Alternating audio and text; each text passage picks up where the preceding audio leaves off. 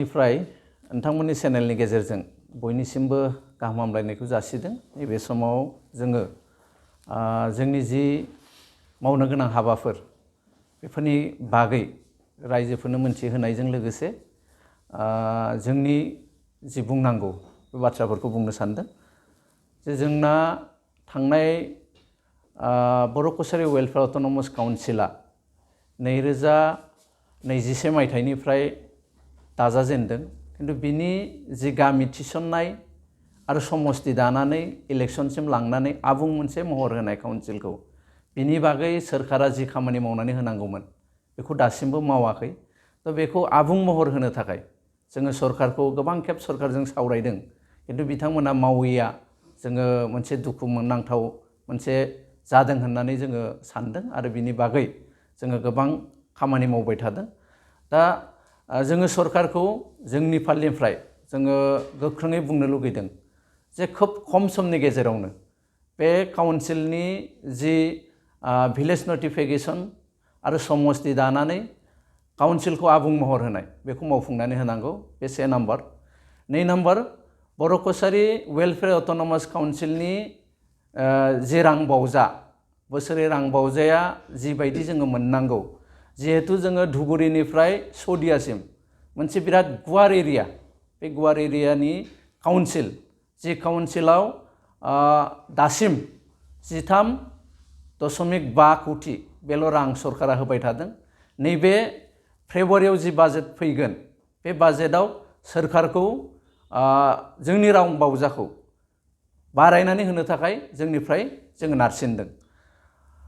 जोङो आसाम सरकार आरो भारत सरकारजों जिहेतु थांनाय जि 3थि बर' गोरोबथा, बे गोरोबथानि मोनसे मुंसाइ होगिरि आफाद, थ' बे एकर्डआव जेसेबां आयदाफोर थिसनजादों मोनफ्रोमबो आयदाया मावफुंजानांगौनि बेलायाव जोंहाबो मावनांगौ बिबां दङ आरो बेखौ लानानैनो जोङो मोनसे टीम मैयानिफ्राय जोङो दिल्लीयाव दंफैयो आरो दिल्लीयाव जोङो गोबां मिनिस्टारफोरजों, बिसेसके Ramdas Athawale, social justice and empowerment minister, बिथांनि गेजेरजों जोङो मानगोनां अमित शाहजी बिथांनो मोनसे गोसोखां बिलाइ जों मैया गथायदों। बेयाव जोङो नैबेखौ रोखायै बुंदों जे जेसेबां आयदाया बर'नि 3थि गोरोबथायाव लिरजानाय दङ बेखौ टाइम फ्रेमनि गेजेराव आबुङै मावफुंनो थाखाय जोङो नारसिनदों। गासैबो इस्युआव जोङो ज'यै मावबाय थादों। थांनाय मास मोनसे सिगां जों दुलाराय बर' फरायसा आफाद आरो जों खौसेथि बर' सुबुं आफाद जोङो ज'यै फैनानै दिल्लीयाव जोङो पियुष गोयल बिथांजों जि रायलायनाय बेयाव जोङो ज'यै रायलायदों आरो जोंहा मोनसे बाथ्राखौ जोङो दाबो बुंबाय थायो जे जों जिहेतु बर'नि जेसेबां सिगनेटरिस आफाद दङ जों ज'यै जोङो बेखौ टेकेल खालामदों आरो मावलांबाय थादों। फैबाय दङ, खारन भिलेजखौ जोङो दासिम जेबो मावनो हायाखै, खारन साननो हायो जे 13.5 कोटि रांजों मोनसे बिराद गिदिर काउन्सिलखौ बोरै सामलायनो। थ' बे उसुबिदानि थाखायनो जोङो बार जोङो नारसिनबाय थादों आसाम सरकारखौ जोंनि रां बावजाखौ बारायनानै होनो थाखाय। सरकारा जोंखौ रायलायनाय समाव एसे पजिटिभ दिगैनो जोङो लांदों, किन्तु मोगथां महराव जोङो जिबायदि लुगैदों बेबायदि लुगैनाय बायदि जाजोबाखै, जेखौ जोङो सम जोंनि खुद्रिनायखौ जों देखायबोबाय थादों। जोङो गामि थिसननायखौ टटेल जोंनि आसामाव माने बिटिआरनि बायजोआव थानाय बर'फोरखौ लानानै जोंनि जि मोनसे फारिलाइ भिलेजनि लिस्ट, बे लिस्टखौ इतिमध्य गभर्नमेन्टनो साबमिट खालामबाय आरो गभर्नमेन्टआबो मोनसे प्रसेसनि गेजेरजों बेखौ लांबाय थादोंमोन। किन्तु लास्ट मोनसे बाथ्राया मा जाहैदों, दासिमहालागै मोगथां महर होनोबा गभर्नमेन्टआ मोनसे नटिफिकेशन होबानो ओंखारलाङो। थ' बे नटिफिकेशना थाबथानानै थाबाय थादों। थ' बिनि थाखायनो जों सरकारखौ बुंदों जे खोब खम समनि गेजेराव बेखौ मावफुंनानै होनांगौ। निफ्राय खौसेथि बर' सुबुं आफादनिफ्राय जोङो बेखौ जोंनि गेजेराव सावरायबाय थादों, किन्तु बिथांमोनहा जुदि जों बुंसेयावबो मावाबा बिनि जि मोनसे राहा, बे राहाखौ जोङो खौसेथि बर' सुबुं आफाद जानानै उननि समाव लानो गोनां जाहैगोन।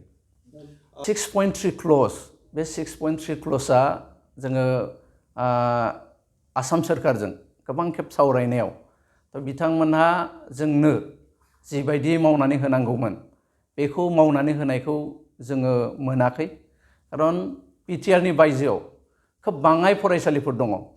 बे फरायसालिफोरखौ प्रभिन्सियेलाइज खालामनो थाखाय जोङो बार बार जोंनिफ्राय बुंबाय थादों। खिन्थु दाख्लै बावै आसाम सोरखारा जोंनि जि रायलायनाय बे रायलायनायनि गेजेरजों जो बिथांमोना 6 दाननि गेजेराव मोनसे मावफुंनानै होनायनि बाथ्राखौ बुंदों। नैबे खेबाव जोङो जोंनि बुंनांगौखिनिखौ बुंदों। खिन्थु उननि समाव मा फिथाइ थायो बेखौ जोङो नेगोन। जोंनि जि रायलायनाय समावथ' जोङो दासिम पजिटिभखौनो मोनदों। आसा खालामो उनाव मोगथां महर जागोन।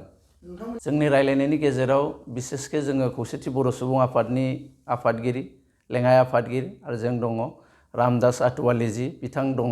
बिथांनि गेजेरजों जोङो अमित शाह बिथांनो जोङो मेम'रेन्डामखौ होदों। बर' सुबुं आफादनि 10थि बोसोरारि जथुम्मा, बे बोसोरारि जथुम्माखौ खौसेथि बर' सुबुं आफादा एबार चराइदेव जिल्लानि बेगेनाबारि होननाय जायगायाव फैगौ 28 आरो 29 जानुवारि 2024 मायथाइयाव जोङो खुंनो थांगासिनो दङ। बेयाव जोङो गोबां आलासिफोर जोङो हांख्रायदों।